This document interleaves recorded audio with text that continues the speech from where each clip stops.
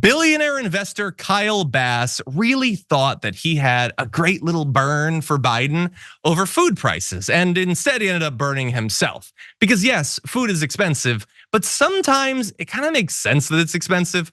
So he did the thing that you do, you just get a receipt for the food that you bought and you say it's really high and I got you, Biden. Except in this case, look at the receipt. So he had a breakfast. And it is expensive. It's legitimately expensive. He had waffles and Diet Coke and orange juice. Oh, 2 beverages, so fancy.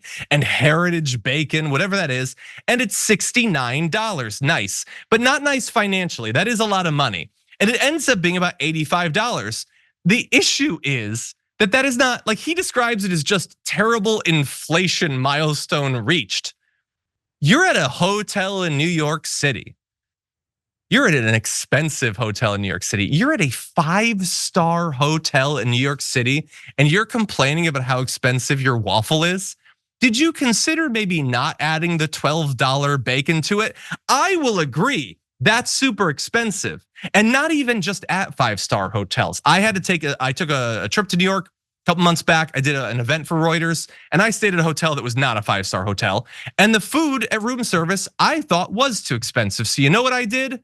Took a picture of my receipt and I whined about it online. No, I didn't do that. I went to a cheaper place to buy food. That was an option for this billionaire. He decided to spend $85. And it reminds me of other people who've done stuff like this. If we can sort of jump ahead, you have David Brooks who spent $78 at an airport in Newark.